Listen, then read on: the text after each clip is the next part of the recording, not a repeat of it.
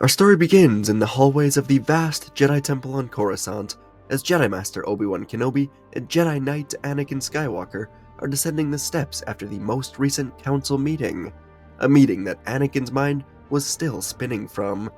He was happy that the long hallways were deserted, aside from him and Obi-Wan, a sight that was all too common, as more and more Jedi were being sent out to the front lines, even on days like today, where it seemed like the war was leaning in their favor. Honestly, Anakin had forgotten what it was like to have a Jedi temple full of vibrant members of all ages pacing the halls, but he let that thought pass through him before turning to Obi-Wan, telling him that this is outrageous and unfair. How can one be on the council and not be a master? But Obi-Wan was dealing with too much inner conflict to want to listen to Anakin's moping about this. He quickly turned, sharply asking how they could not do this. The only reason he got a seat on the council is because of his friendship with Chancellor Palpatine. His vote on the council is essentially just a vote from Palpatine himself. Obi-Wan told Anakin he's finally getting what he wants. He's finally sitting with the highest masters in the entire Jedi Order. But now he has even less freedom. Every thought, every word, every vote that he has in his seat will be for someone else. Obi-Wan pointed a finger at Anakin's chest, asking if this was everything he's dreamed of. Anakin was taken aback by this. Obi-Wan's tone, it wasn't just confrontational, it was rather hostile. Anakin decided that two could play at this game. Padme didn't have time for this bickering, or for the political games of the council. He just told Obi-Wan he never asked for this, but Kenobi said it was what he wanted, and he got it. But Anakin said that what he wants is to be a Jedi Master. What he wants is the respect that he deserves. His power matches any other Jedi in that chamber. He could take any 5 of them, all of them. Obi-Wan turned to the window, looking at the city full of people far too busy with their own lives to understand the crucial words being shared in this very temple. How every decision could make or break the entire war or the entire republic. Obi-Wan felt really bad for snapping at Anakin. It wasn't Anakin's fault that Obi-Wan was on edge, not fully at least. Obi-Wan had a mission. He was supposed to tell Anakin to spy on Palpatine. It was supposed to be off the record. But when Obi-Wan received this mission, he meditated on it, and he saw no light at the end of this tunnel. For all of his time on the council, heck, all of his time as a Jedi, he's followed every single order without question. He's denied himself a loving life with Satine. He's learned to let go of Qui-Gon. He's watched countless friends and allies die in a war that he wasn't even sure the Jedi should be fighting. He has dealt with a ghost returning to his life, tormenting him. And through everything, he's followed orders. He's been a good Jedi. But this order was different. It was shady. It went against everything he believed in. But most of all, Obi-Wan came away with one simple conclusion upon meditating on this order to have Anakin spy on Palpatine. If he gives Anakin this order, then Anakin may never trust him or the Council again. And Obi-Wan wasn't entirely sure that he should trust them again. So, he turned back to Anakin, whose face had twisted from frustration and anger, and turned into confusion as he saw Obi-Wan's blank stare. And Anakin asked if he was alright. Obi-Wan just said it's been a long day, heck, a long year, a long life. This made Anakin smile a bit, a sight Obi-Wan was growing more and more unfamiliar with. And Anakin just told Obi-Wan to keep his head up. He still has a lot of life left in him if they're lucky. Obi-Wan smiled back, saying he hopes that is true. And then, he just told Anakin to keep doing what he is doing. Trust in the Force. And in time, the Council will have no choice but to make him a master. Obi-Wan wished for the Force to be with his friend, looking Anakin in the eyes, telling him to do what his heart tells him is right. And he took off, without giving Anakin the mission to spy on Palpatine. Not long later, Obi-Wan would find himself flying through Coruscant on a gunship with Masters Yoda and Windu. Obi-Wan's stomach was in a knot, as he knew he was expected to report on how Anakin reacted to being given his mission to spy on Palpatine. Obi-Wan wasn't used to defying the Council, and whenever he did, Anakin was by his side to explain it off. So, when Windu asked for the report, Obi-Wan took a deep breath, telling the two of them that he never gave Anakin the mission. He couldn't do it.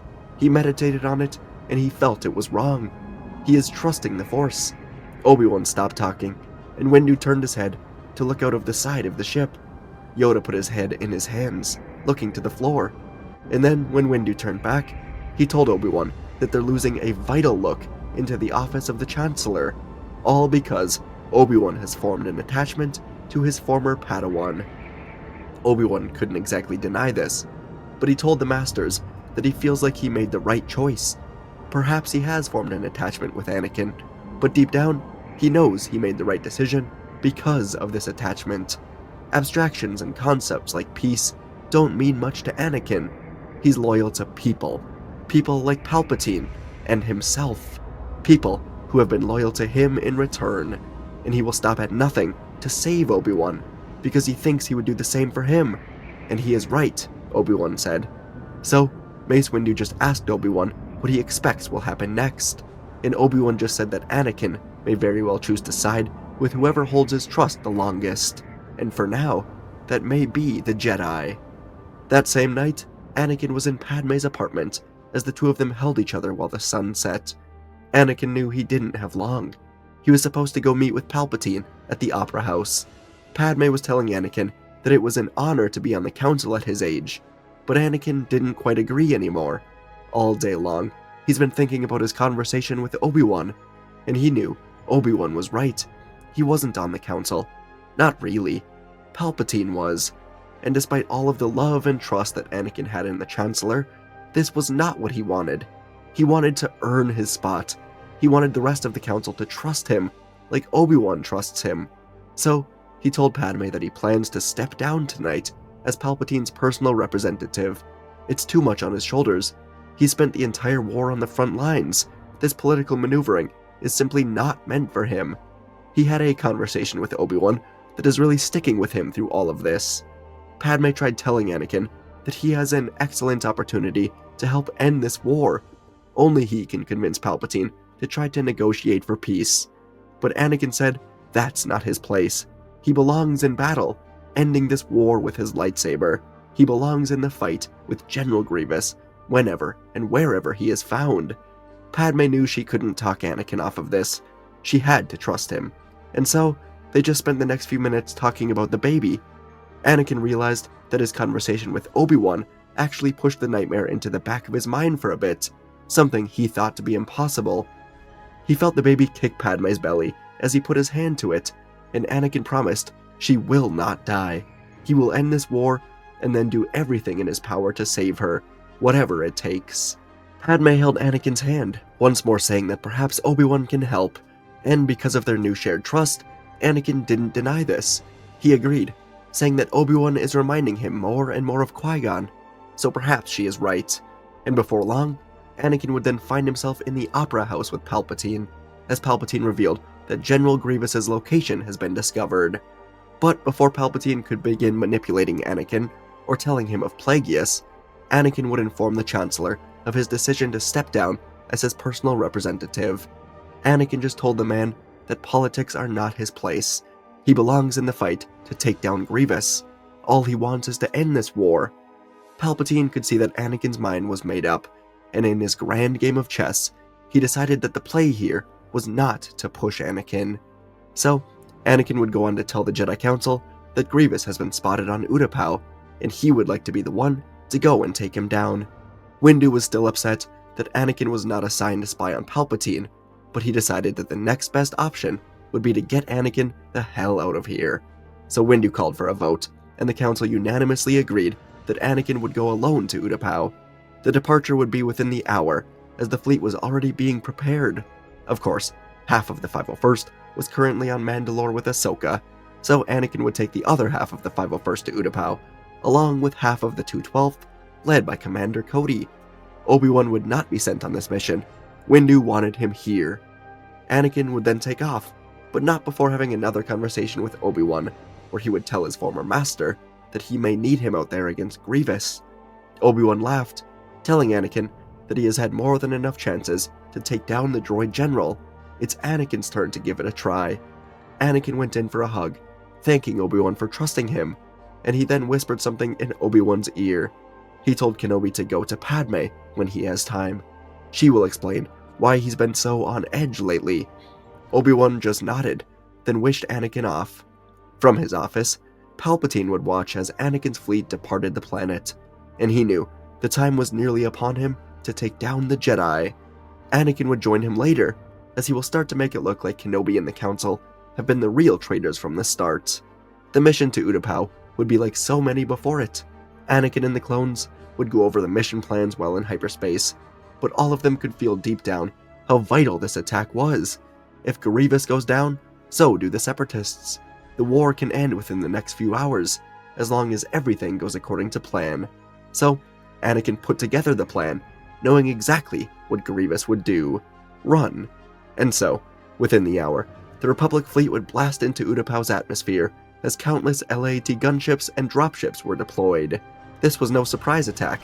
The clones announced their arrival in extremely loud fashion, pouring into the Utapau sinkhole, spreading out with Cody and Appo commanding the legions. They were taking it right to the droids, and as Grievous observed the full scale of the attack, he decided there was no reason to wait around. His ship was waiting for him. Grievous got into his wheelbike, taking off right through the battle, cutting apart droids and clones alike. He would get to his ship, he would await new orders. But as Grievous finally arrived at his ship, it was lifted off the ground and thrown over the edge.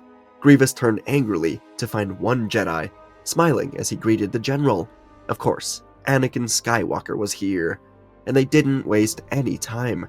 Grievous ripped 4 lightsabers from his cloak. He ran straight for the Jedi. Anakin ignited his blade, flipping over Grievous, striking behind him as Grievous turned to block. Anakin slashed low, kicking at Grievous's stomach, trying to break the general's balance before the 4 arms could spin up. Grievous blocked with 1 saber, then swept 3 sabers at once in a slanted arc that forced Anakin backward as their blades carved straight through the steel floor. Anakin ducked under a 4th strike, rolled across the ground, and came up slicing across Grievous's abdomen, cutting through armor, exposing cables and organs that were supposed to be covered.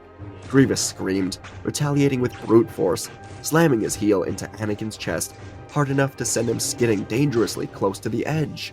Anakin caught himself with 1 hand, pushed off, and lunged back in, driving his saber straight through one of Grievous's wrists. The severed hand clattered away. Grievous jumped backwards onto the rock wall, then surged forward on all 4 limbs, animalistic, furious, tackling Anakin so hard that the 2 of them rolled across the landing pad. Anakin smashed his fist into Grievous's faceplate, feeling the bones in his hand crack, but he reached up, peeling metal from his face. Grievous responded, digging his sharp Durasteel claws right into Anakin's shoulder, pinning him down. Anakin screamed out in pure pain, the fight quickly becoming savage rather than elegant, and Anakin kicked out wildly, breaking the cyborg's hold. Both of them staggered back to their feet, breathing hard, Grievous wheezing and coughing from his failing body. All of Grievous's sabers were scattered around the area. Anakin spit out blood, holding up his blade, ready to end this. He struck downward with everything that he had, but Grievous caught the blade with his 2 remaining claws, pushing back with raw, horrible, ugly strength, scraping metal on metal. The push dragged both of them closer to the drop, claws and boots grinding against the metal edge. Anakin pivoted, slashed sideways, and cut through another of Grievous's arms, but the momentum carried both of them too far. Anakin's blade sliced into the edge of the platform. Grievous's claws carved it apart. They slipped at the same time, grabbing for anything they could. Anakin's fingers hooked onto a series of strong wires that were sticking out of the platform. Grievous dug his talons into a cracking pipe. Both of them dangled over a fall that promised nothing but death. The 2 greatest generals of the war stared at each other with hatred, and maybe a spark of respect for the fight. Anakin used the wires to swing over, kicking Grievous, and the metal gave way. Grievous's remaining grip slipped, but instead of letting go quietly, he made his last move, lunging towards Anakin, dragging him down with him. The impact tore Anakin's hand right from the wires, and together, the 2 greatest generals of the war plunged off of the edge, falling to their deaths. But as Anakin fell, something caught him in midair. R2-D2 was on the edge with his tow cable launched out, wrapping around Anakin's legs. R2 then used his rockets that Anakin installed to blast backwards, pulling Anakin back up with him. R2 was hiding nearby, thinking that the little droid could end up helping as Anakin had hid him before the battle. And thank goodness he was right. Anakin heard Grievous's screams end in a violent crash below, and he patted R2, saying he knew the droid could be trusted. He told R2 to relay a message to the Jedi Temple, saying that it's over. Grievous is dead. But in the temple, no one was there to respond. As soon as it was reported that Anakin was about to fight Grievous, Mace Windu made his move, trusting that Anakin would get the job done. Mace took Obi-Wan, Kit Fisto, Sazitin, and Agen Kolar to Palpatine's office, intending to remove Palpatine from office immediately, but it didn't go as planned. The bodies of Tin, Kolar, and Fisto littered the office floor, as they were all caught off guard by Palpatine being the all-powerful Darth Sidious. Windu and Kenobi barely survived the initial onslaught, but the two of them now had the upper hand, battling the Dark Lord through the hallway, finally pushing him down in the corner of the window. But as Windu raised his blade for the kill, Palpatine blasted lightning right at him, right at Obi-Wan as well. Windu blocked it, but it hit Kenobi right in the chest, throwing him backwards into the communication console behind him. And as Obi-Wan, dazed from the hit, watched Windu blocking the lightning, Obi-Wan saw this communication console beeping rapidly. Someone was trying to contact the Chancellor's office. Obi-Wan saw the code of who it was, and his stomach dropped. It was Anakin. On Utapau, after failing to reach the Jedi, Anakin decided to contact Palpatine in order to tell him that it was over. But even Palpatine wasn't responding. Anakin had a bad feeling about all of this, but as he was about to give up and go check in with the clones above, the communications finally began to connect. Obi-Wan decided to take a risk. He answered the call, and he clicked the button to project the entire room as a hologram. On Utapau, R2-D2 displayed the hologram, and Anakin looked on to see a sight that he couldn't believe. Chancellor Palpatine was spraying lightning out of his hands, blasting into Windu's lightsaber. Anakin locked eyes with Obi-Wan as Obi-Wan showed him the truth. Obi-Wan yelled through the lightning that he spoke with Padme. He knows about Anakin's dreams, and if Anakin helps him, then he will be able to help him save Padme. Anakin didn't understand. How could he help Obi-Wan from here? But then, he turned his eyes to Palpatine, who was yelling out to Anakin that he has the power to save the one he loves. He must contact the Coruscant Guard, tell them of what is happening here. Only he can save him from this Jedi murder. But Obi-Wan turned back. He told Anakin to trust him. Palpatine then angrily shot a bolt of lightning right past Windu, right into the communications console. It blinked out, and Anakin lost all sight of what was going on across the galaxy. Palpatine's anger gave him an extra burst of strength, and now both him and Kenobi were wondering what Anakin would do. And Palpatine then pushed through Windu's guard, using this extra anger, blasting Windu with lightning as Windu was thrown into the far wall, robes scorching as he slumped to the floor. Now, it was just Obi-Wan, holding up his blade, knees buckling as he blocked the lightning. Sidious was laughing loudly. Obi-Wan closed his eyes, reaching out, looking for Anakin. He reached through the Force, telling Anakin to be with him. On Utapau, Anakin felt blind. He desperately wanted to know what was happening. So, he listened to Obi-Wan. He closed his eyes, letting go of everything except for the Force, reaching deep into it where he could hear Obi-Wan calling for him. In Palpatine's office, as the strongest currents of the light and dark were colliding, Obi-Wan was able to reach out to the man that he's formed an attachment with, to his brother, Anakin, and Anakin felt it. He heard Obi-Wan asking Anakin to be with him, and so their minds connected. In the office, Obi-Wan opened his eyes now, feeling more powerful than ever. Palpatine felt it too. His face twisted into fear as Obi-Wan put away his lightsaber, using his hands to push the lightning right back into Palpatine. Using his own power, combined with Anakin's will, Obi-Wan pushed harder than ever, screaming out as the lightning then ripped Palpatine apart, leaving nothing but charred robes, as the Sith Lord would die. It was over. The lightning silenced. The connection between Skywalker and Kenobi broke apart. Obi-Wan fell to his knees, looking into the Coruscant night, as the rain seemed to come to a stop. It was peaceful. He fell to the floor from exhaustion, and everything went dark. On Utapau, Anakin's mind was also exhausted and breaking from the connection. He stumbled into the rock wall, flopped down to the steel floor, knowing it was over. As his mind faded into darkness, Anakin realized something. The nightmares were gone. They died with Palpatine, with the Sith, and Anakin smiled as everything went dark for him as well. 3 months later, newly elected Chancellor Padme Amidala would find herself in the Jedi Temple medical facility with the twins, Luke and Leia. Ever since that fateful day, both Anakin and Obi Wan have been in an unexplainable coma. R2 reported that Anakin killed Grievous, went into meditation, and then collapsed. When Mace Windu woke up in Palpatine's office, the Sith Lord was dead, but Obi-Wan had collapsed.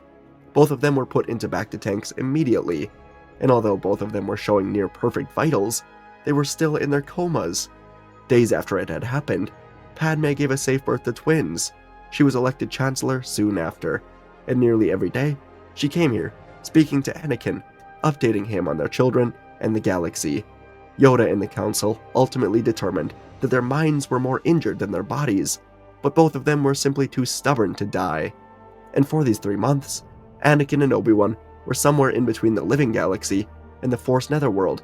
Yoda was right. Although the effort to combine their minds and power should have killed them, they were just too damn stubborn to die. So they fought it, time blending together, until finally, they woke up.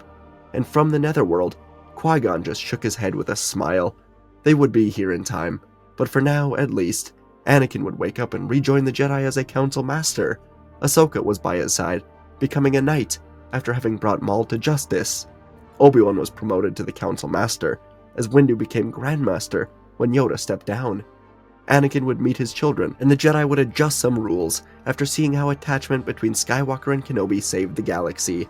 There was real peace for the first time in so long, and under Amidala's rule, it would stay that way for a long, long time. And folks, that is our story for today. Hope you guys enjoyed. These are my favorite ones to write, Anakin, Obi-Wan stories. I don't know why, I just something about their bond and it going well instead of poorly. Fun to write. I really just enjoy this type of story, and I know I've probably done 3 other stories or whatever, like with a title like this, but I don't know. I don't think I've done one like this exactly. I mean, obviously I haven't done one like this exactly, otherwise I wouldn't have done it again. But yeah, just really ultimately having them trust each other and just the threads it changes and the parts where they kind of bridge their minds and go into the coma. I thought it was fun, kind of show Anakin's chosen one power without having him do it like in person. Yeah, hope you guys were tricked. Little plot twist. Man, my words right now are jumbled. I don't know how to read if I'm not reading, or I don't know how to speak if I'm not reading off a script, I guess. Brain fried. Social media 6-7. All right, that was too much. I'm gonna go. Appreciate you guys. Let me know what you want to see next. And yeah, I'm getting a new microphone, by the way. For here's some information you probably don't care about. But anyways, yeah, getting a new mic. Hopefully it sounds a little better. This one has it's certainly done its time. Anyways, made it sound like it's dying. It's just a microphone. Whatever. Thanks everyone. See you in the next video.